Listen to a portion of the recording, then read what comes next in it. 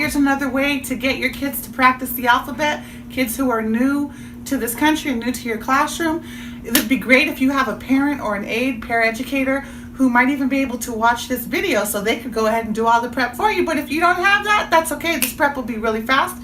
All you need is an alphabet and 2 colors. Doesn't matter which 2 colors, markers, crayons, whatever you have. It could even be 2 different color pens, black, blue, whatever. So you're going to go ahead and you're going to write.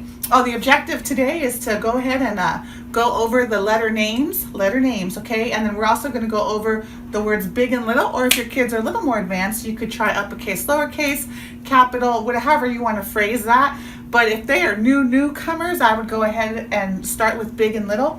We're going to work on with a few numbers, and we're going to learn a few colors or go over a few colors, okay? So you're going to go ahead and you're going to write the alphabet on any piece of paper. It could be a regular 8 by 11 size paper in 2 different colors. So we have the uppercase and we have the lowercase. The first thing we're going to do is we're going to go over each of the letters with, but we're going to do it like this: A, B, B, B, B. And then you could also maybe go backwards. Make sure your finger is on the last letter, Z, Z, Z, Z.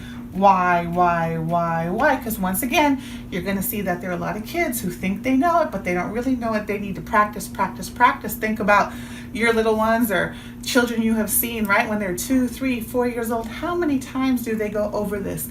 These kids need to go over it many times. So right now we're just focusing on letter names, right?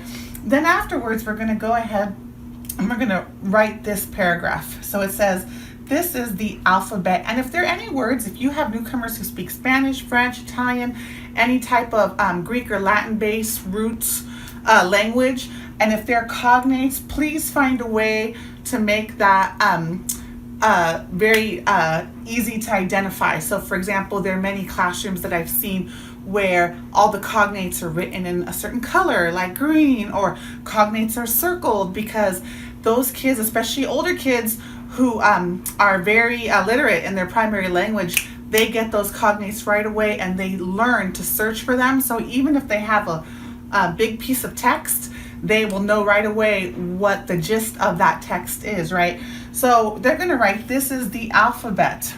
There are, and you could see if they know numbers 26. And here I do want them to write out 26. It's so important for them to write this out, because as they spend more time in the US and start taking math, you're going to see a lot of confusion with numbers like 1550, 1440. So I have my kids always write out the numbers. So there are 26 big letters. And here I didn't really make big, but you should make big, really big in the writing, right? It's a form of, not TPR, but just so they could tell, right? And 26 little letters. And I use the same colors for the big and the little here. The big letters are the color black.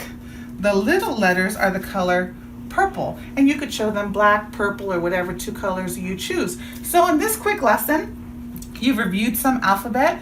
You're going to read this with the child or the group of children at least 3 times. This is the alphabet.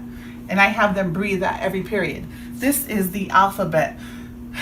There are 26 big letters and 26 little letters. The big letters are the color black. The little letters are the color purple. And we read it 3 times. And then during independent work time, they could go ahead and copy this. They could take it home and practice it if they have someone in their family who speaks English, or they could read it to another person in the classroom at some point later on in the day.